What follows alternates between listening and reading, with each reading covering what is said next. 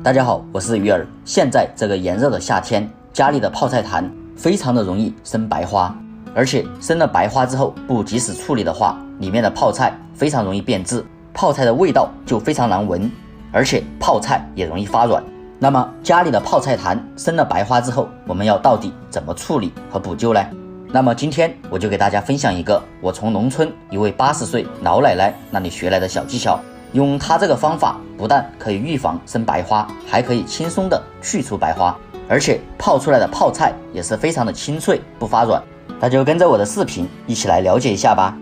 这是我家的泡菜坛，有1个礼拜忘了加水，今天突然想吃泡菜，发现这个水已经没有了，而且用手摸上去，这个水也是黏糊糊的，这个坛盐水还有一股发酸的味道。而且把上面的盖子给它打开之后，果不其然，里面都生满了白花。我看了一下，我这个白花生的还不是很多，而且泡菜坛里面也没有什么异味，说明这个泡菜还没有变质。所以遇到这样的情况，我们赶紧给它处理一下。我们首先第一步把这个盖子给它盖起来，然后再准备一块干净无油的海绵或者是白洁布，再打开水龙头流动的清水，一直给它冲洗，用海绵把坛盐给它清洗干净。清洗的时候，我们一定要把盖子给它盖起来，这样可以避免外面的水进到坛子里面。像这样冲洗还可以给泡菜坛降一下温。我们一直要把坛盐给它清洗到像这样清澈干净为止。然后接着第二步，再慢慢的打开盖子，一定不要让外面的水进到坛子里面，不然就很容易滋生细菌。接着我们再准备一个干净无油的小漏勺，记住了，一定不要沾任何的油。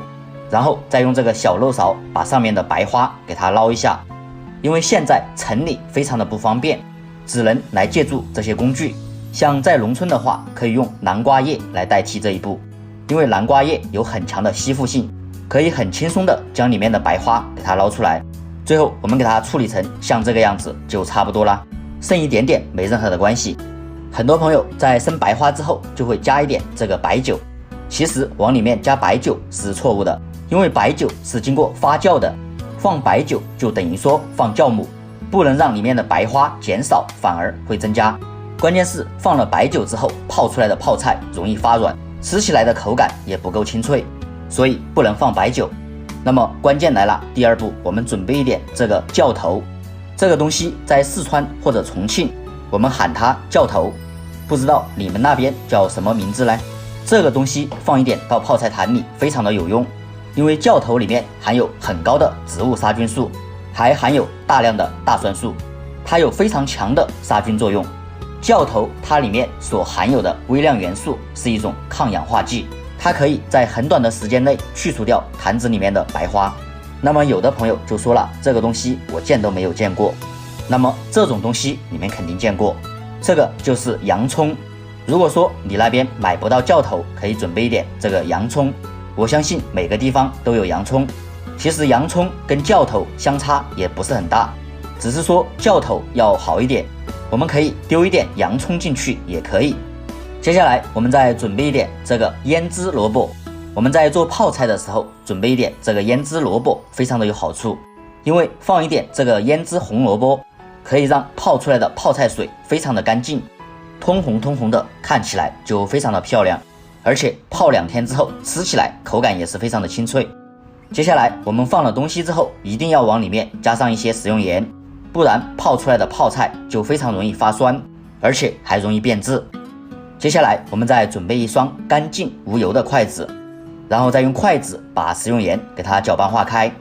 我们在做泡菜的时候可以准备一双干净无油的筷子，因为泡菜坛里面是一点都不能沾油的。如果说泡菜坛里面沾了油之后，轻则生白花，严重的话，这个泡菜坛里面的泡菜全部都要变质。亲爱的朋友们，视频你都看到这里了，如果说我的视频对你有帮助的话，就伸出您发财的小手帮我点个赞呗，因为您的每一个点赞和留言都是我前进的动力，感谢大家一直以来的支持和鼓励。处理好之后，我们为了预防这个泡菜再继续生花，我们要往这个坛盐上面加一点这个食用盐。加入食用盐之后，可以防止这个坛盐水变质，可以让坛盐水保持清澈，可以很好的起到一个预防泡菜坛生白花。加的食用盐越多，可以放置的时间就更久。然后再把盖子给它盖上。像现在这个珊瑚天非常的炎热，我们最多1个礼拜也要给它清洗一下。全部处理好之后，再把坛子放到一个阴凉通风处。好了，以上就是今天给大家分享怎么处理生白花的技巧。今天的视频就分享到这里，咱们下期视频再见。